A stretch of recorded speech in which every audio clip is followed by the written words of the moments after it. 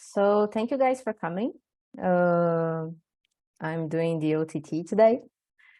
So the subject of this OTT is designing for accessibility, tips and tools to make your project more inclusive. Accessibility, it's a large topic, right? So there's a lot of things to study and a lot of stuff to do in this area. What I'm trying to do very basics and give you very basic tips so you can maybe apply to the project.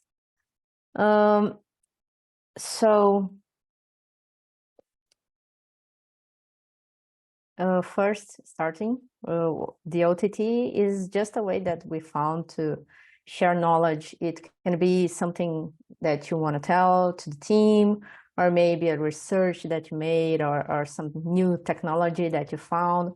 And I encourage you, every one of you, to do the same, because it's a very easygoing to share knowledge. Okay. So what is accessibility? Accessibility is, we measure it by the ability of the people to use the product or the service, and it also means you can measure what she wants to do in your site or your application, right? Accessibility is not only for people with permanent disabilities, because there are other kinds of disabilities, not only the permanent as the first part here. So there are people that they can't use one arm, or maybe they are blind or can't hear. But there are persons, for example, that they broke their arm, or they have some things that it's temporary, not permanent. And also there are some situational stuff, like when you're carrying a heavy load with one arm, or you are distracted, or maybe if you can't hear because you are a bartender, or you have your phone in a place that you can't turn on your audio, you need to stay on mute, for example. So designing for accessibility means that you are designing for all those people, right? If you take one example, that people with permanent disabilities is 2,400 people in US with problems in one arm, right? But if you consider the temporary disability, you reach 30 million people. And if you consider the situational, you reach 8 million people, plus 8 million people. So at the total, you have 21 million people that can use your app or your site because you thought about accessibility, right? So let's go to the tips. The first tip is that you need to provide sufficient background and foreground contrast, right? Because when you have that difference in a good contrast, people that have low vision, or maybe that they have some kind of color blindness, they can see and understand better your app, right? So this is one example. Of course, that probably all of us have normal vision. We can see everything well, but if someone have blurry vision, or it's an elderly person that needs more contrast, they won't be able to see the first example. And this is set up by the WCAG, and there is levels of contrast that you need to keep the rule, right? So this is optimum, this is okay, and this doesn't pass, right? This is one example why contrast is so important, so people just won't be able to see. And this profile picture, or maybe to read the menu. And a good tool to check if your design is okay, or your site, is this one, colors.co. What I most like about this tool is that it provides you this link, so you can enhance your contrast. For example, I'll pick a random color here, right? So this. So it gives you the feedback that's a bad contrast, and it can suggest you some changes, like I want to enhance the both colors or just the background or just the text, and it will do the best with the color that he can. So if you only adjust the text, it is not good in this example, but if you adjust the background, it will be great.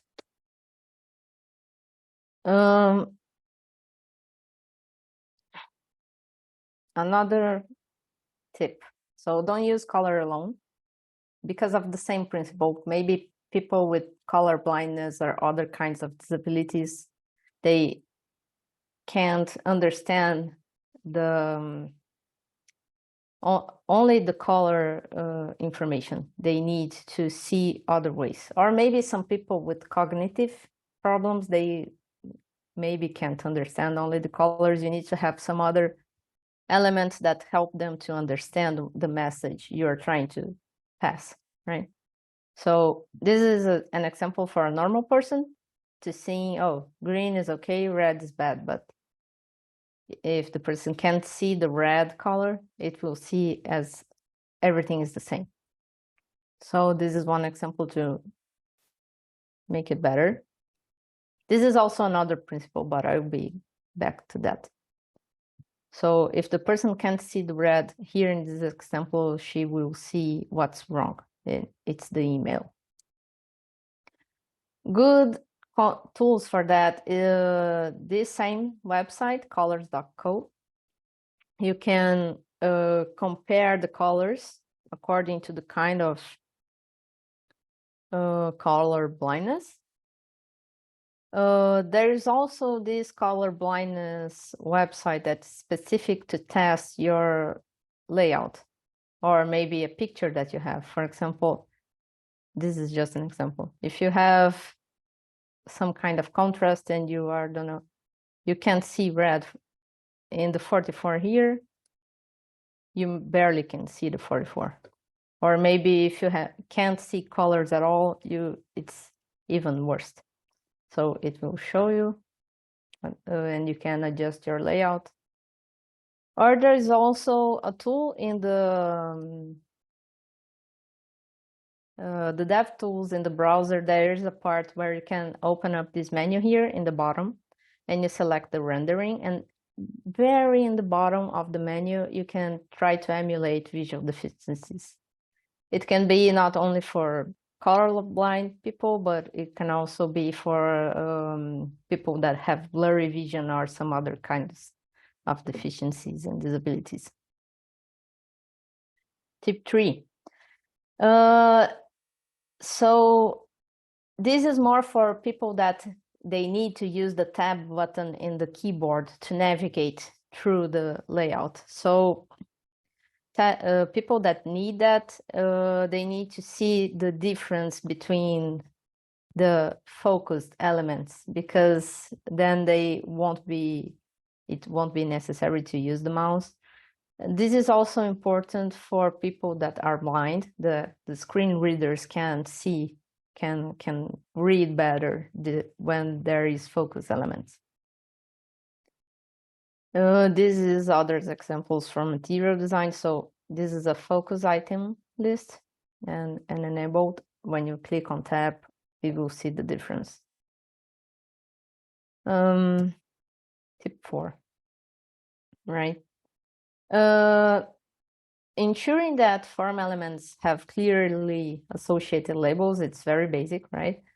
But sometimes you find some examples that don't, and this is not only for forms, this is also for other elements, because people don't need to guess, won't be able to guess everything that you're trying to do. So in this example on the right part here, if you only have a label inside the field or just as a placeholder after you type in, the label will fade out, right? And that's not a good way to show information, because people will need to remember what is this kind of information, right? So it's better to have everything in one, very clear. As I said, this is not only for inputs. For example, this is a menu without the labels, what those icons mean, right?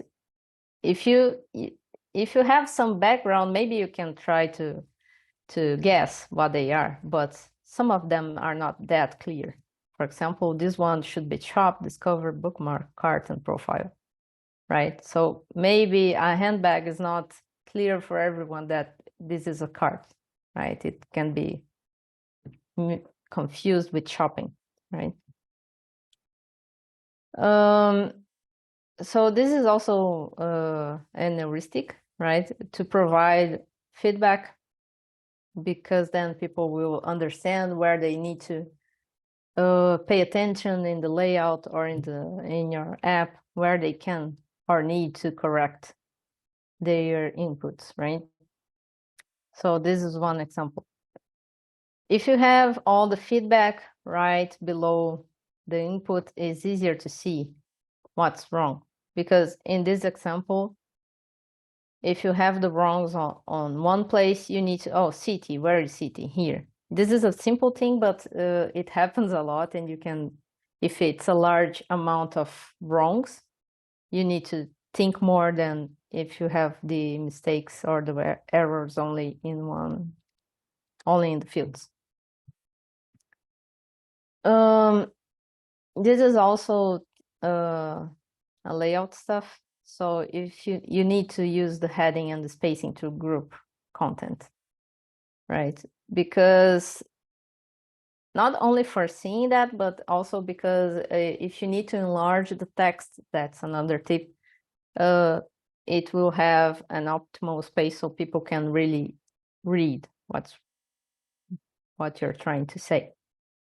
So this is one example that if you have little spacing, maybe you can miss some information, or thinking that maybe this text is it's related to this subheading here.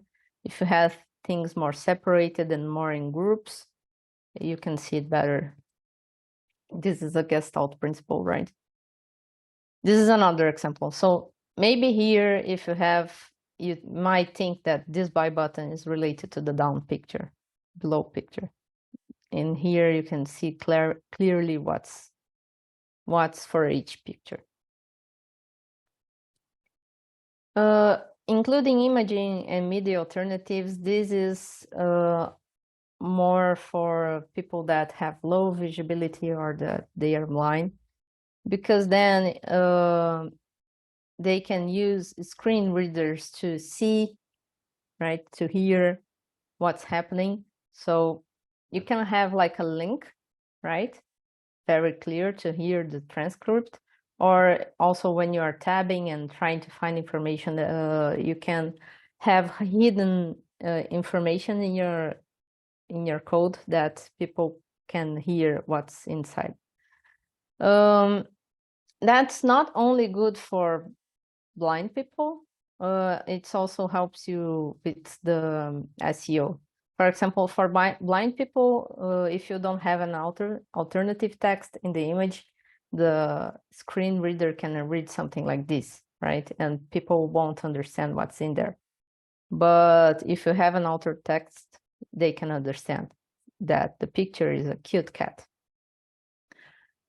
Also, for the Google SEO, if the picture have an alternative text, they will understand. For example, in this example, the site is talking about dog breeds.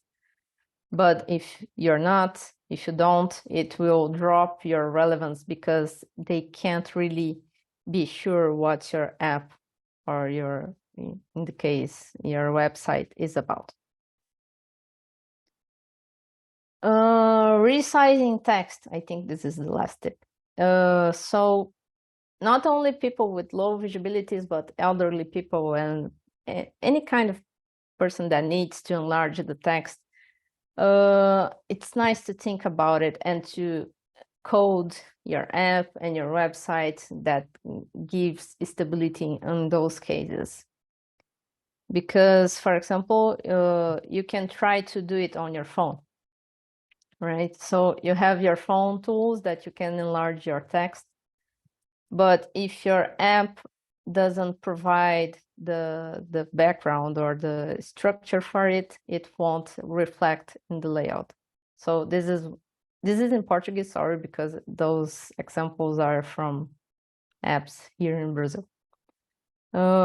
So here on the left, it's the normal font size, and on the right, the enlarged font size. And here in this example from Happy, you can see that it doesn't make almost any difference. You can only see here in the search field and in the location. But when you go for a competitor, for example, here is the normal font size and here is the enlarged one. You can see the difference. And for sure, people will prefer to use that instead of this one because they can read better for this public, right? Also, there is another example that why labels are important. So here you will guess what this menu is about, but here you are sure what this menu is about. And that's it. Any questions? Yeah, I have a question. Sure. So I have a family member who's paralyzed on the right side of her body. Okay. Are there any options for people like that as far as you know, not only on your side of things, but also as far as hardware is concerned? For accessibility for people that say can only be left-handed now. She was previously, normal. Now she can only use the left side of her body. So any suggestions as far as, from UI, UX point of view or hardware that can interact with these options that you're aware of? Yeah, basically you need to construct stuff thinking about that. So what you can use the phone resources for that, and you need also to code things preparing her for that. So maybe she can use the phone as if she was a blind person, because the phone can provide that, then she can touch stuff, and instead of just accessing it, the phone will ask for a confirmation. It will probably it will be easier for her to use things, because when a blind person uses the phone, they have the reader, and she will touch and it will read, and you need to touch again to confirm that. That's a way to use that. Of course, the app needs to be well constructed, otherwise it won't make that much difference. That's why we need to do stuff thinking about accessibility and usability, because if everybody did that, you wouldn't have to make that question, right? It would be easier. Yes, exactly. Thank you. I appreciate your answer. Einstein, what respects to hardware, you know that our keywords are QWERTY keywords, and these are prepared for two hands. There is one keyword that is called fitally, that is prepared to use it with only one hand. Oh, thank you, Nacho. Thank you very much. Yep, sure. Thank you. Appreciate that. I didn't know about it. Also, I want to add that at some point Android have a left-handed action that will change the UI completely, so you can use it from one hand. But I don't know if that still is in the operating system. But they used to have it. It reorganizes everything, so you can use it from one hand or to the other hand. Yeah. Also, you can use the resource that it makes the screen smaller. So if you have a large phone, you can make the screen smaller and use it with only one hand, right? There's a native thing that Android does. If you have a large screen, everything will fit for one hand, and you can hold and use with just one hand. Right? Very interesting. Thank you. I will definitely let her know. Interesting topic to think about it. Yes. So great. Yeah.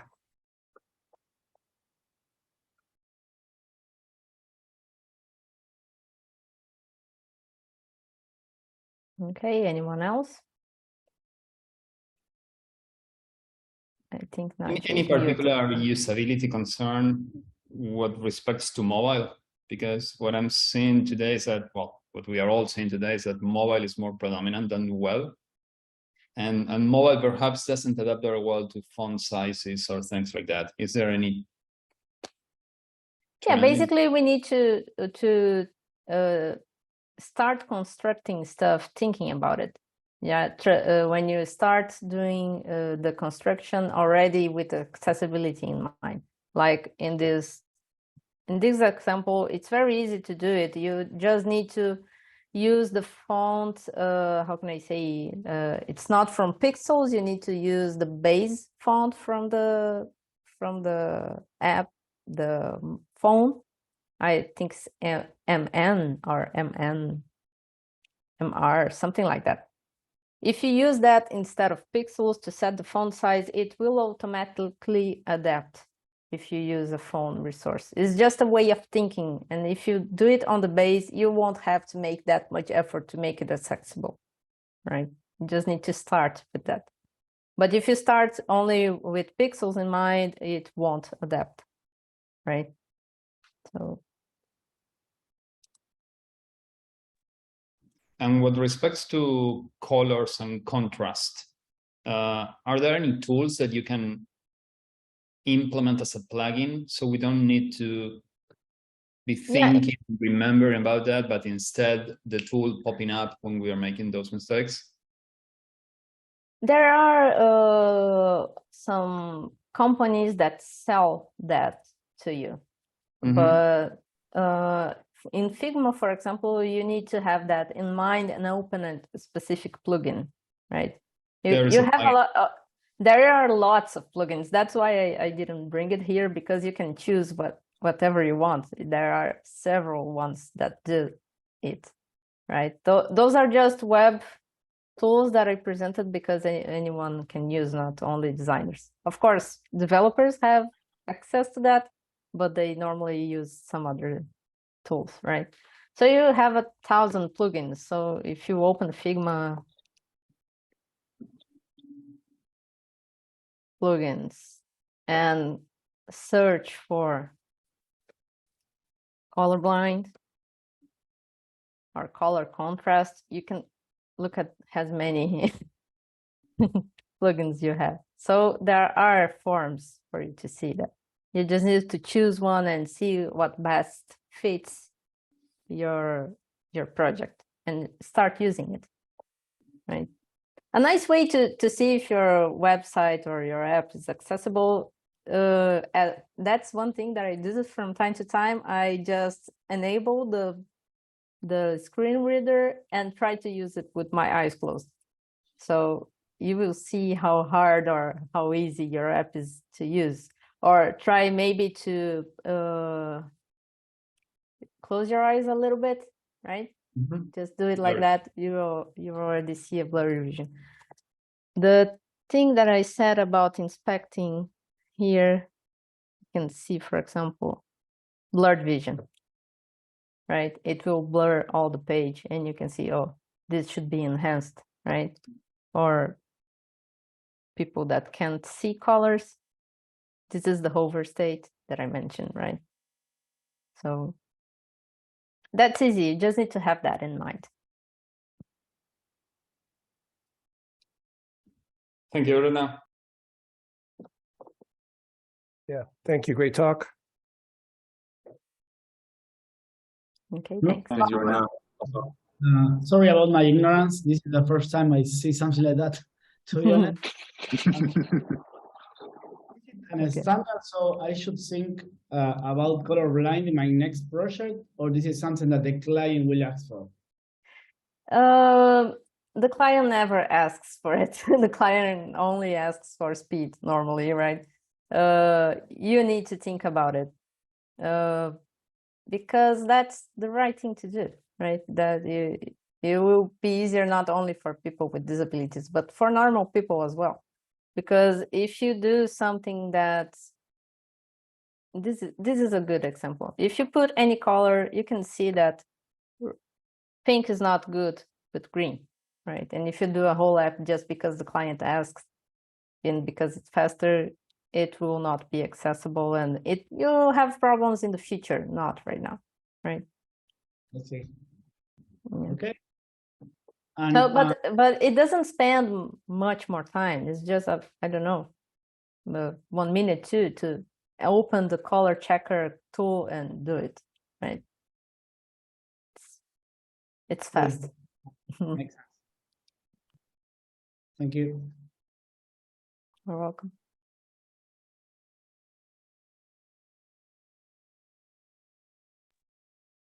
That's it.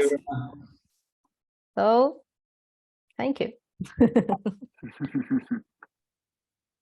If you have any questions or you want to call me on Slack, I can show you more stuff. There are thousands of topics to talk about it. Those are just 8 tips, but there are an infinity of stuff that you can learn and think about it. So if you want, let me know. Okay. Thank you.